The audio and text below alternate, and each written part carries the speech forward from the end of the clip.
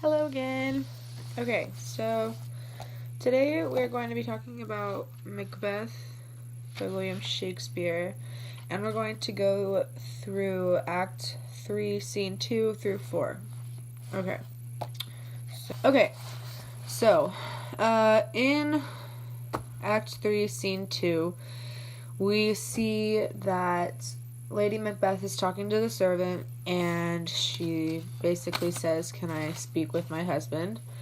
And, go tell him that I want to speak with him. And so she says that Knots had all spent where our desire is got without content. 'Tis safer to be that which we destroy than by destruction dwell in doubtful joy.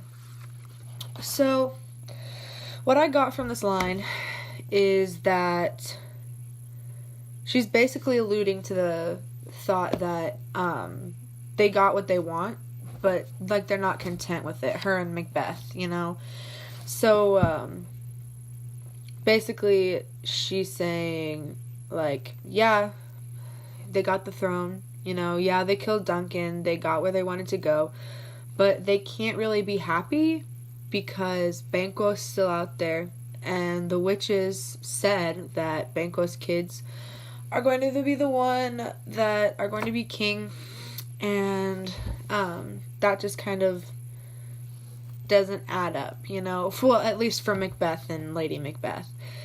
So Lady Macbeth wants to talk to Macbeth and just kind of set up a game plan, I feel like, just to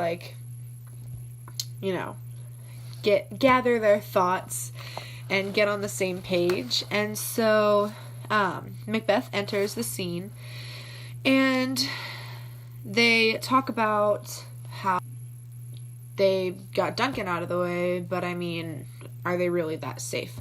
So Macbeth says, "We have scorched the snake, not killed it. She'll close and be herself, whilst our poor Malice remains in danger of her former tooth." Okay, so I found this kind of interesting. So he says, "We've scorched the snake but not killed it." And I think that is just a really good metaphor, because Macbeth feels like Banquo is not on his side. He feels like Banquo was kind of betraying him, by thinking I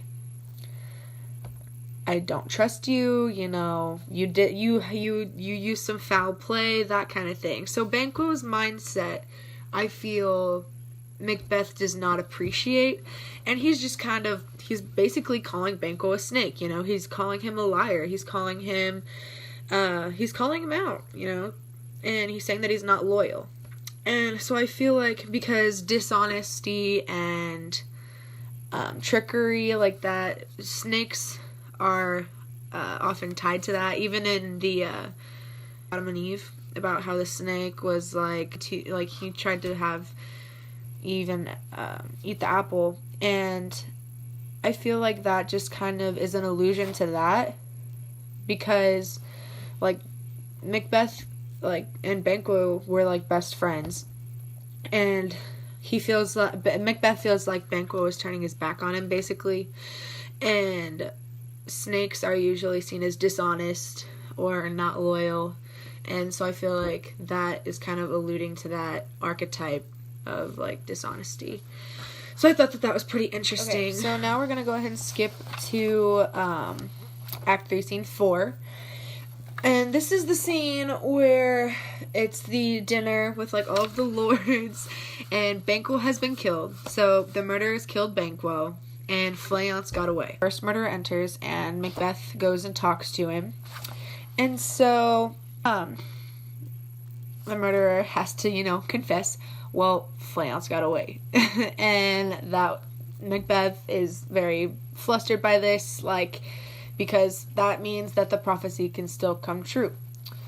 And so in lines 21 through 25, Macbeth says, "Then comes my fit again. I had else been perfect. whole as a marble, founded as the rock, as broad and general as the casing air.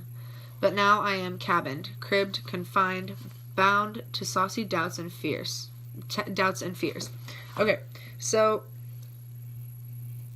basically in this, Macbeth is comparing himself to a marble and a rock, and that simile is him basically saying, you know, when I thought Banquo was dead, Banquo and Fleance were dead, that I was grounded, I felt whole, you know, I felt like sturdy, because, you know, I mean, rocks are very sturdy, they don't just kind of, they don't break, and it takes a lot to, you know, break them. And so Macbeth is basically saying, you know, I felt good, I felt whole, I felt like I couldn't be broken down, like, because obviously that prophecy isn't going to come true. And then once he found out that Fleance was alive still, he felt, you know, he felt the fear again, the doubt, like that was that Lady Macbeth was talking about in scene 2, and how yes, they have what they want, but they can't be completely happy because they're confined by these fears that, you know, they're gonna die, or they're not going to have kids that are going to, you know, gain the throne.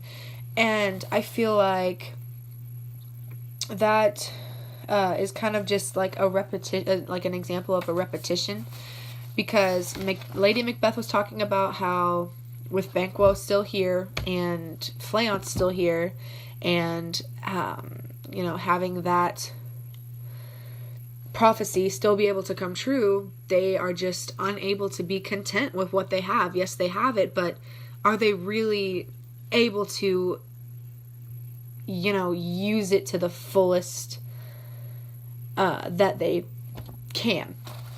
But Banquo's dead, right? Murderer says yes, and Macbeth says, thanks for that. There the grown serpent lies. The worm that's fled hath nature that in time will venom breed. No teeth for the present. Go thee gone. Tomorrow we'll hear ourselves again.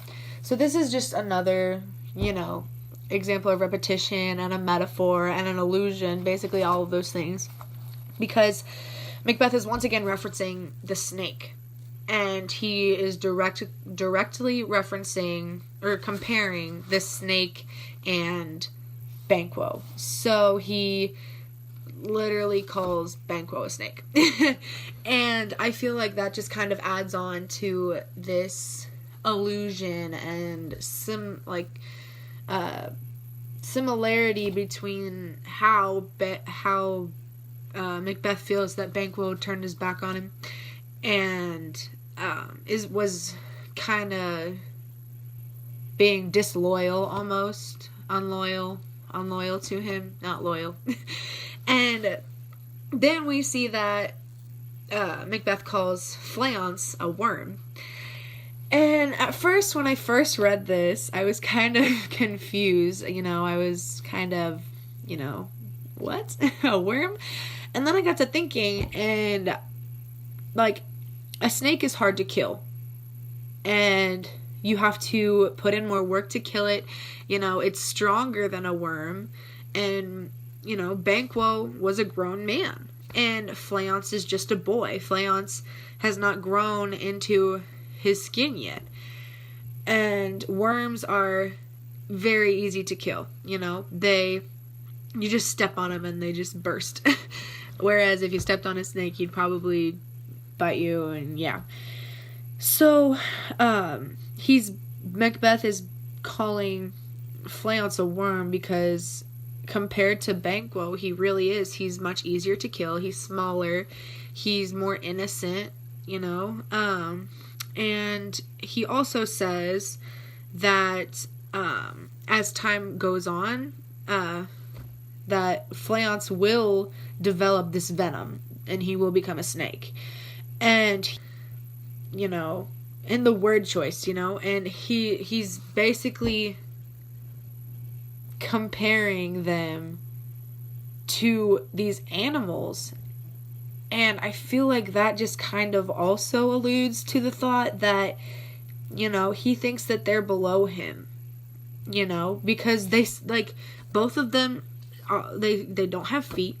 They slither on the ground. I mean, you know, I think that it just kind of backs up the theme, you know, that unchecked ambition can lead to destruction, unethical practices, or the utter demise of oneself.